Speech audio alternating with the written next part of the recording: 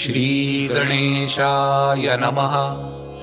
अस्य श्रीरामरक्षास्तोत्रमन्त्रस्य बुधकौशिक ऋषिः श्रीसीतारामचन्द्रो देवता। अनुष्टुप् छन्दः सीताशक्तिः श्रीमद्हनुमानकीलकम्। श्रीसीतारामचन्द्रप्रीत्यर्थे जपे विनियोगाः। अथ ध्यानम्।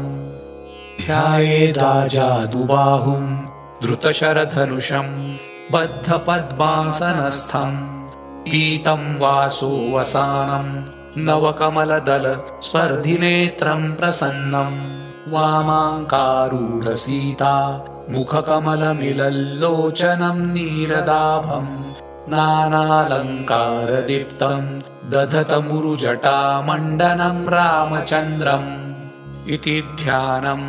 चरितं रघुनाथस्य शतकोटिप्रविस्तरम् एकैकमाक्षरं पूसां महापातकनाशनम् ध्यात्वा नीलोत्पलश्यामं रामं राजीवलोचनम् जानकीलक्ष्मणोपेतं जटामुकुटमण्डितम् सासितूणधनुर्बाणपाणिं नक्तं चरान्तकम् स्वलीलया जगत्त्रातुम् आविर्भूतमजं विभुम् रामरक्षां पठेत् प्राज्ञः पापघ्निं सर्वकामदाम् शिरो मे राघवः पातु भालं दशरथात्मजः कौसल्येयो दृशौ पातु विश्वामित्रप्रियः श्रुति घ्राणं पातु मखत्राता मुखं सौमित्रिवत्सलः जिह्वां विद्यानिधिः पातु कण्ठं भरतवन्दितः स्कन्धौ दिव्यायुधः पातु भुजौ भग्नेशकार्मुकः करौ सीतापतिः पातु हृदयं जामदग्न्यजित् मध्यं पातु खरध्वंसी नाभिं जाम्बवदाश्रयः सुग्रीवेशः कटिः पातु सन्थिनी हनुमत्प्रभुः उरूरघुत्तमः पातु रक्षः कुलविनाशकृत् जानुनी सेतुकृत् पातु जङ्घे दशमुखान्तकः पादौ बिभीषणः श्रीदः पातु रामोऽखिलं वपुः एतां रामबलोपेतां रक्षां यः सुकृती पठेत् सचिरायुः सुखी पुत्री विजयी विनयी भवेत्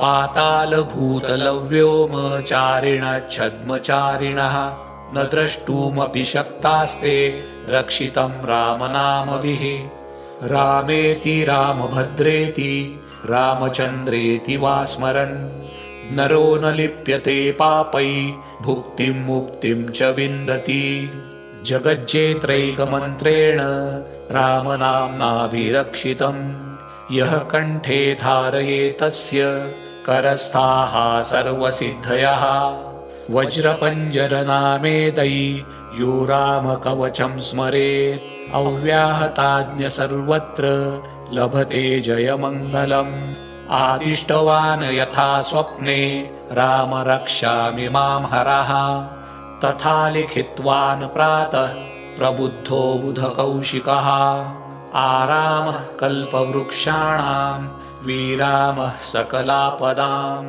अभिरामस्त्रीलोकानां रामः श्रीमान् सनः प्रभुः तरुणौ रूपसम्पन्नौ सुकुमारौ महाबलौ पुण्डरीकविशालाक्षौ चीरकृष्णाञ्जिनाम्बरौ फलमूलशिनौ दान्तौ तापसौ ब्रह्मचारिणौ पुत्रौ दशरथसहितौ भ्रातरौ रामलक्ष्मणौ शरण्यौ सर्वसत्त्वानां श्रेष्ठौ सर्वधनुष्मतां रक्षः कूलनिहन्तारौ त्रायेतां नो रघुत्तमौ आतसज्जधनुषा विश्वस्पृशा वक्षया शुगनिषङ्गसङ्गिनौ रक्षणाय मम रामलक्ष्मणा वग्रतापति सदैव गच्छताम् सन्नद्ध कवची खड्गी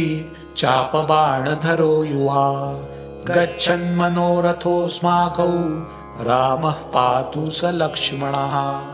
रामो दाशरथिः शूरो लक्ष्मणानुचरो बली। काकुत्स्थः पुरुषः पूर्ण कौसल्येयो रघुत्तमः। वेदान्तवेद्यौ यज्ञेशः पुराणपुरुषोत्तमः। जानकीवल्लभः श्रीमान् अप्रमेयः पराक्रमः। इत्येतानि जपे नित्यं मद्भक्तः श्रद्धयान्वितः।